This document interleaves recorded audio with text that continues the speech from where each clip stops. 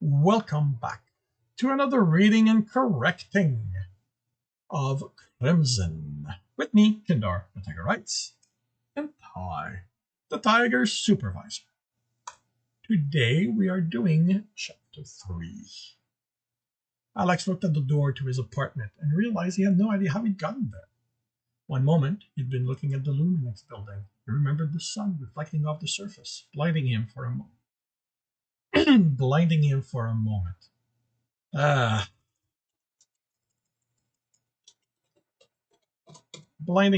and now here he was here.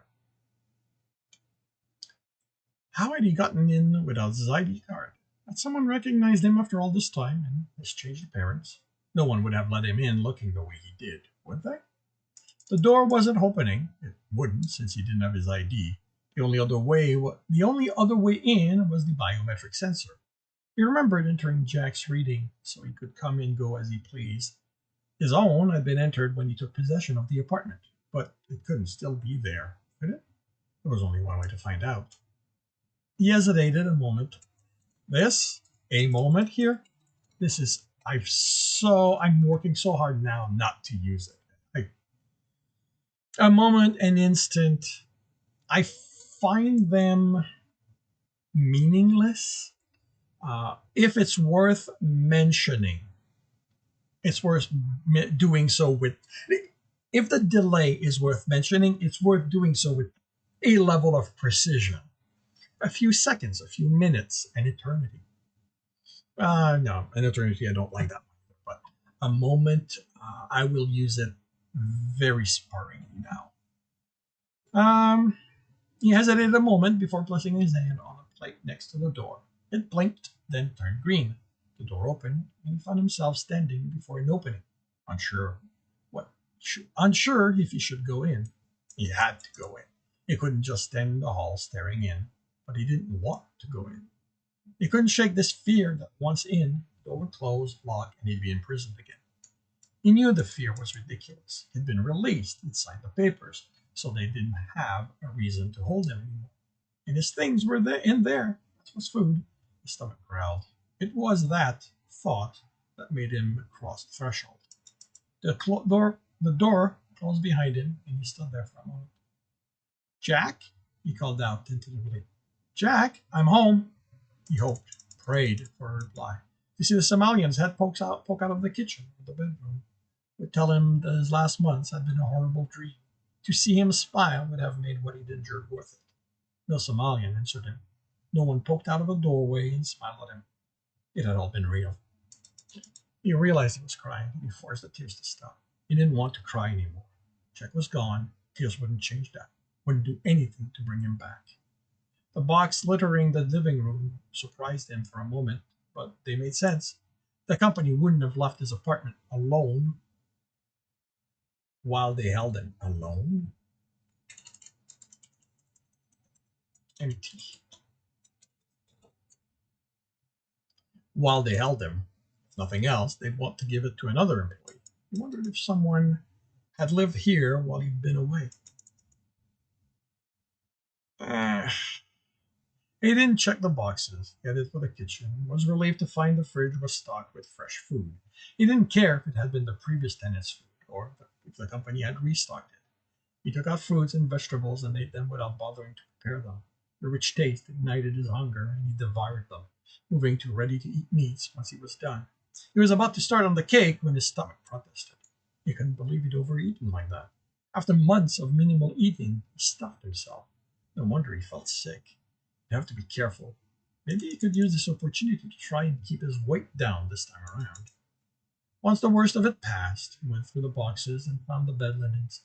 He made the bed, intending to move on to something else, but looking at it, what he wanted to do was lie on it and close his eyes. He didn't understand the urge. Hadn't he spent enough time sleeping already? Maybe it was the stress of the situation he'd been in finally leaving. He lay down, pulled the covers over himself, and breathed them in.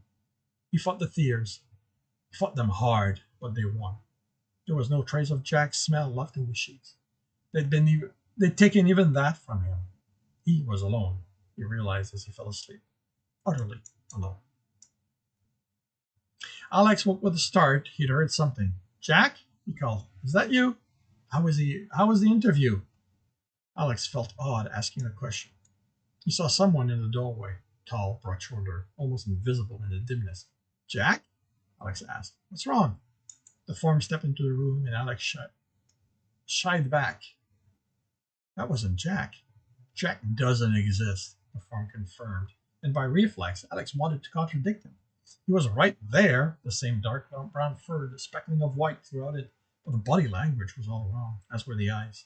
They were chocolate brown, like Jack's, but cold, so glacial that just looking at them, Alex felt his blood start to crystallize. What did you do with him? He asked, having trouble forming the words. I threw him away, the old Somalian replied. He served his purpose, and I'm done with him. You were so busy fucking him, you never realized how I used him to manipulate you. All you cared about was your dreams of having sex with an alien. No, I love Jack.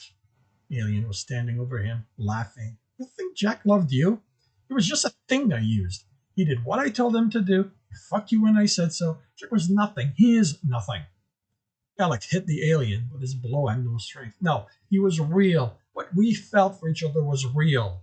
The alien snorted. Nothing about that was real. Not from him, not from you. You're going to go back to your comfortable life, get back into your routine, and forget about him. The horror of the words gave Alex the strength to push the Samaritan away. I'd never do that to him. Samaritan smiled cruelly.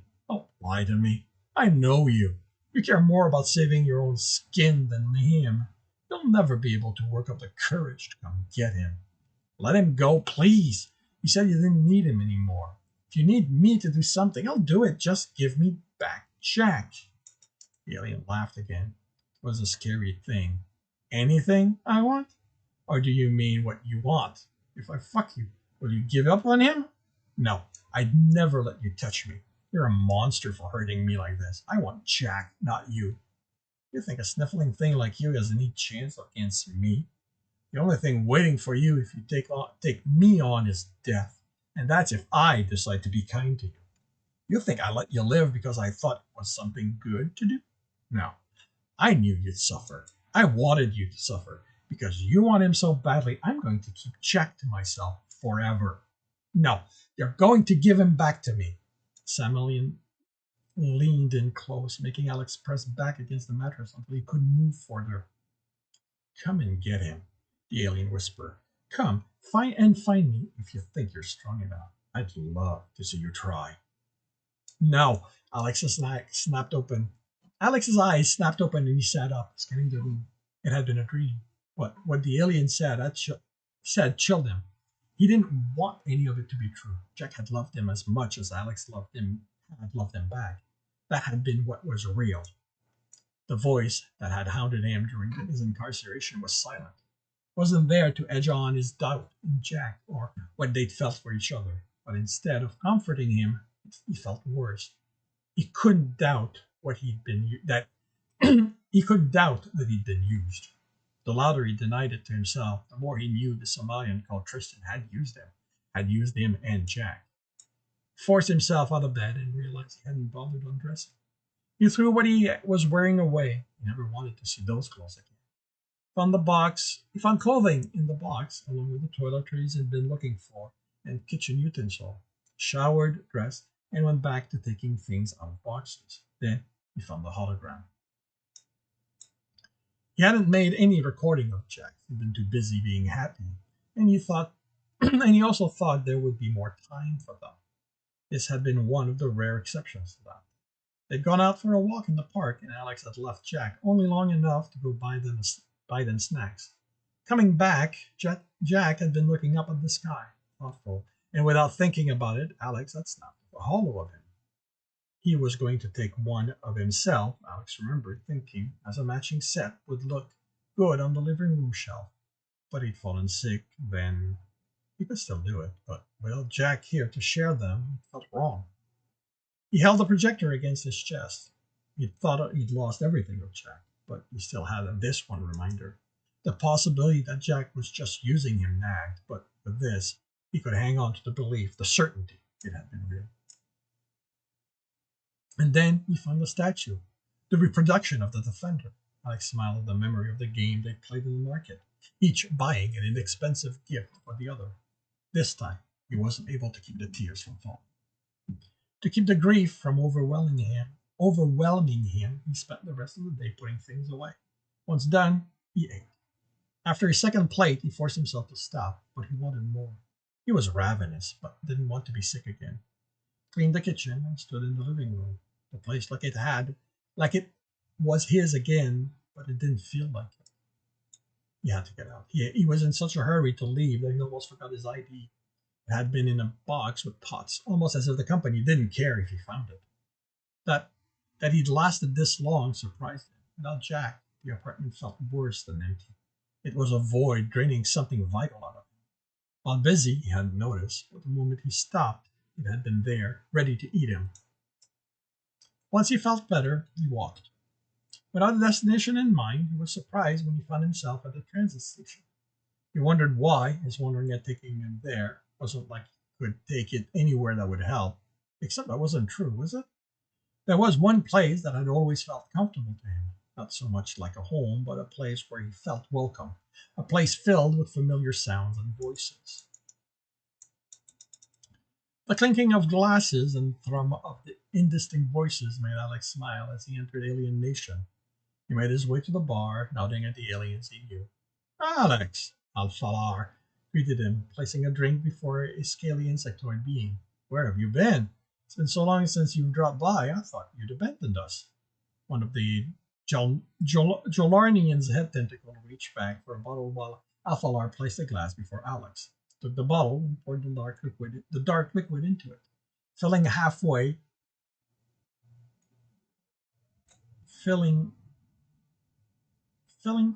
poured the dark liquid into it, filling it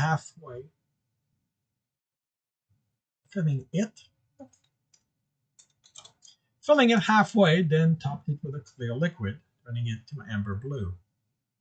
Alex looked at the glass and felt back tears. It was the same drink Jack had made him spill.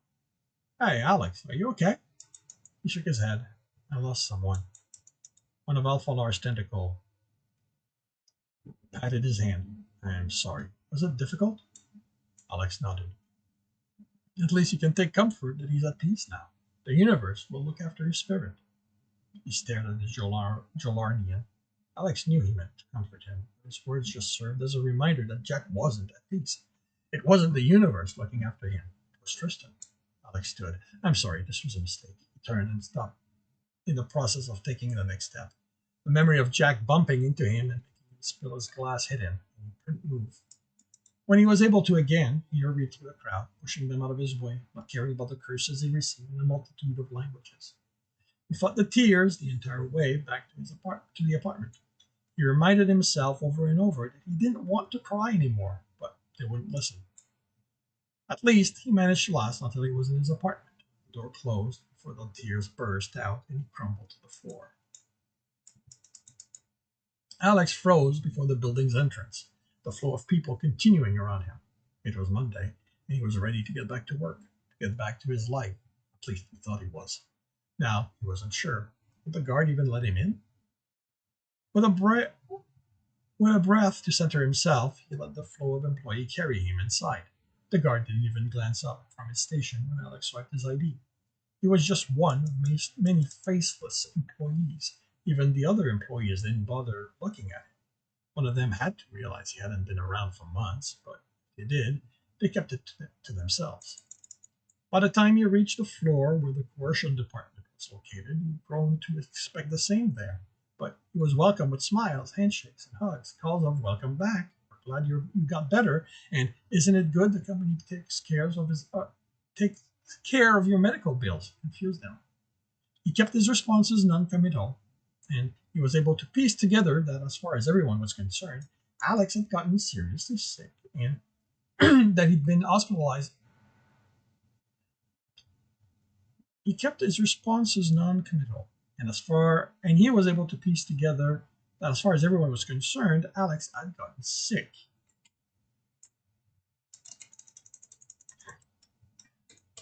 That he'd been hospitalized for all this time.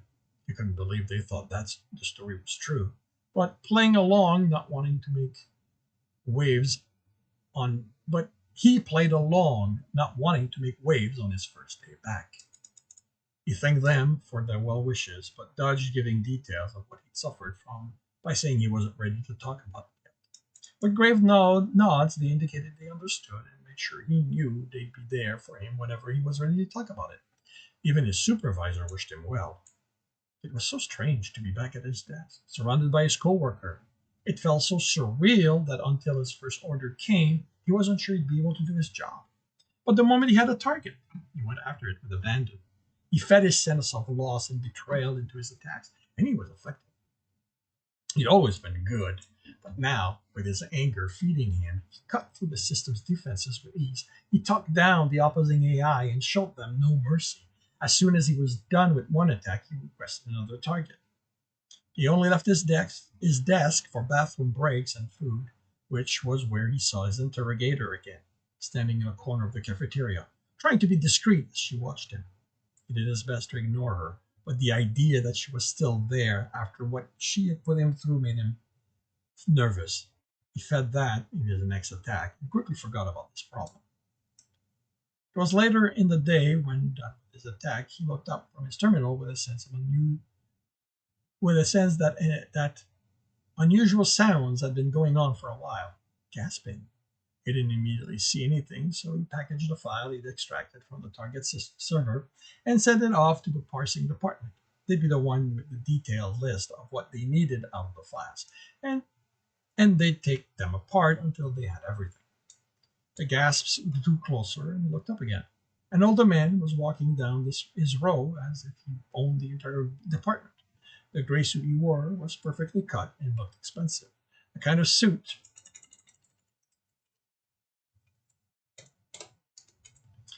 suit one of the executives wore. Maybe he was here to ask one of the coercionists for information or a special job, except those should go through the supervisors. He could be a visiting client, but then where was the executive who would serve as a guide and the security detail to ensure the visitor didn't wander out of the planned tour? He decided it wasn't his problem, so turned back to his screen and sent a request for his next target. As the system's name and coordinate appeared, someone cleared his throat behind him. It was the older man, and he was offering his hand to Alex. "Mr. Crimson, I am very happy you came back to us." After a moment of hesitation, Alex stood and looking around to get a sense of what this was about, took the offered hand. A few of the other workers glanced in their direction, but most were focused on their own work. Before Alex could say anything, the man placed his other hand on top of his. "If there is ever anything you need, please don't hesitate to let me know." Give him a warm smile, squeezing his hand, then let go and left. Alex watched his back until he vanished around the corner, utterly confused. He was about to sit when he caught his coworker staring at him. "What?" Alex asked the man. "Don't you know who that was?" "Should I?" "It's not. You weren't here when it happened." "When what happened?" The woman on his other side leaned in closer. "We were attacked." She whispered, 2 weeks ago. "We had to evacuate the building, from what I heard. Someone made it all the way to the president's office, leaving a lot of dead people in their wake. Not long after that," the man continued, "we got a new president." "It was a coup," the woman said confidently. "Someone hired a mercenary to take out the old president." The woman sitting on the other side of the cubicle stood. "I heard it was a vendetta, a feud of some sort." "That doesn't make sense," the man said. "Who would pick a fight with the company? A corporation like ours has to have pissed off a lot of people. One of them is going to have the resources to do something about it. What do you think, Alex?" "I think I need to get back to work," he replied in what he thought was a casual tone. The surprised expression they gave him prompted him to add more. "I've been gone for a while. I can't just afford the slack." "Just asking for your opinion," the woman said. "I'm not trying to get you in trouble. You don't have to snap at me." Had he snapped? "I just want to get back to work." Again, thought his tone had been casual, but they looked annoyed at him as they went back to work. The comment nagged at him for the rest of the day. Once home, he did some research and found reports of the attack. One unnamed person made his way through the company, killing anyone he came across, culminating in an attack on the president's office itself. None of the reports he read described him or named him, but Alex couldn't shake the feeling it was Tristan. Except the question The questions had happened months before this attack. Had Tristan come back for some reason? Tried to forget about the attack, about who might have done it. He didn't care about the company politics, so the attack didn't matter to him. He hadn't known the previous president, and he didn't know the new one, not recognizing him as the man who had shaken his hand until the report had given a picture of the new president. But that didn't mean he knew him. But he couldn't stop thinking about it. Over the next days, he kept returning to it, feeling certain Tristan had been the one to do it. He'd used Alex to get in after all, and why he'd been chosen nagged at him. Every evening, he searched the network for information on Tristan. He wanted to know more about the alien. Maybe in there he'd find a clue as to why he picked Alex and what he'd done to Jack. There was very little on the open net.